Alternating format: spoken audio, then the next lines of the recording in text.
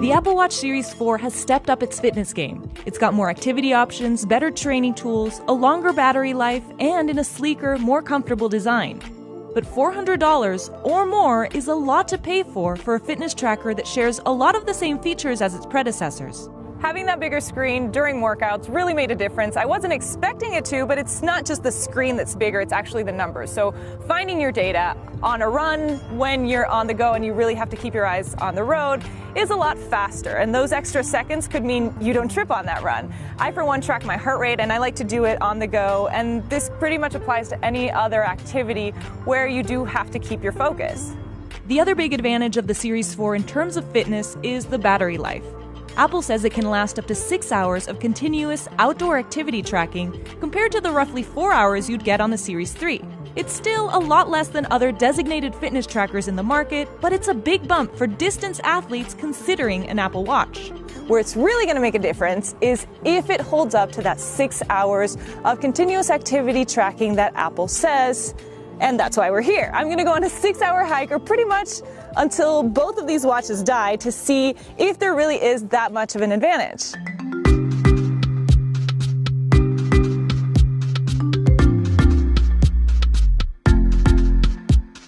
So we're pretty much at the 1 hour mark over here, and I kind of want to check the battery.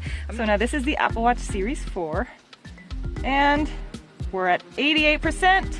An hour into the hike, and this is the Apple Watch Series 3, and we are at 73%.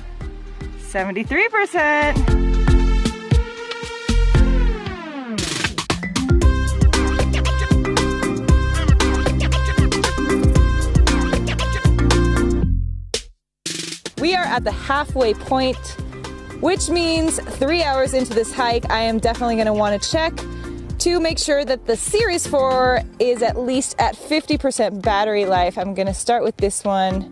Ooh, wow, it is doing better than expected at 56% at the 3 hour mark, which means this is probably gonna hold up to the claim and then some. Now, let's check the Series 3 hour mark, 28% battery life.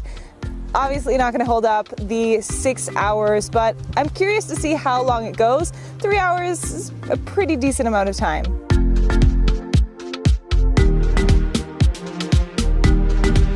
Okay, Series 3 just died at 4 hours and 13 minutes, and I'm really hoping that it recorded this hike. It was at 1%, and I thought I had time to stop the workout, but it just died. But this one is still going with 39% battery life. That's a significant increase over last year's Series 3.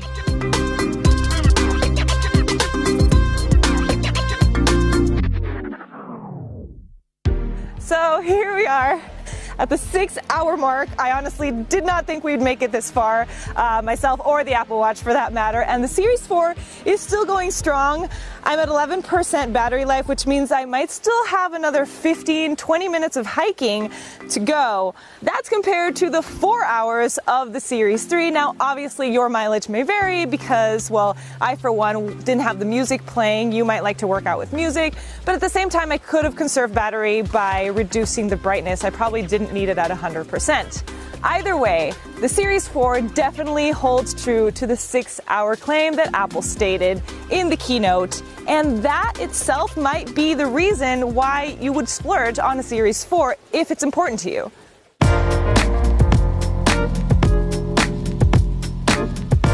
For all the new fitness features, you don't really need a Series 4. Older models of the Apple Watch, up to the Series 1, also got some important fitness updates from watchOS 5. Starting with automatic workout detection. Within a few minutes of your workout, you'll get an alert and vibration on your wrist prompting you to begin tracking. And if you decide to accept, you'll even get retroactive credit for anything you did up until the alert. But it doesn't work for any kind of workout. The watch can only detect indoor and outdoor running, walking, swimming, open water or pool, elliptical and rowing machines, but no cycling.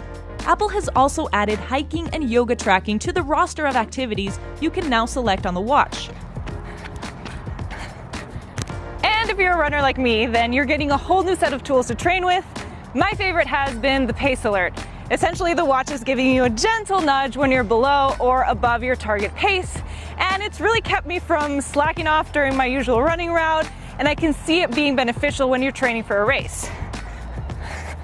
Or just race against your friends. watchOS 5 adds a competitive streak to the activity sharing by allowing you to challenge your friends to a 7-day ring closing competition.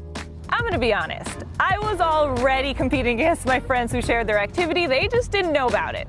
Now it's official, and it adds a whole new level of competitiveness to the game, which is good because it has made me step up my workouts. But on the other hand, it's made me borderline compulsive about closing those move rings. Even if it's just for a medal at the end of the week, I need it. The Series 4 has more to offer for athletes, but the Apple Watch was already a great workout buddy. And if that's what you're looking for in a smartwatch, then you'll still get most of the same great features on the older models for less. But then, of course, you still have to factor in all the other non-fitness features in the watch. So make sure to check out our full review of the Apple Watch Series 4 on CNET.com.